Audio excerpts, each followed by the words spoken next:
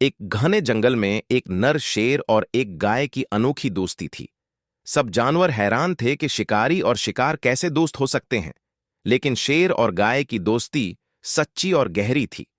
वो हमेशा एक साथ रहते, जंगल में घूमते और एक दूसरे का ख्याल रखते। एक दिन कुछ जंगली भेड़िए गाय पर हमला करने का मंसूबा बनाने लगे।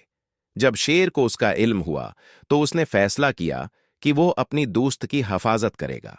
रात के अंधेरे में जब भेड़िए गाय पर हमला करने आए तो शेर ने गर्ज कर उन्हें खबरदार किया, मगर भेड़िए बाज ना आए और शेर ने बहादुरी से उनका मुकाबला किया। एक जबरदस्त लड़ाई के बाद भेड़िए भाग गए और गाय की जान बच गई। गाय ने शेर का शुक्रिया अदा किया और कहा, दोस्ती सिर्फ ताकत पर नहीं बल्कि सच्चे खुलूस पर कायम रहती है।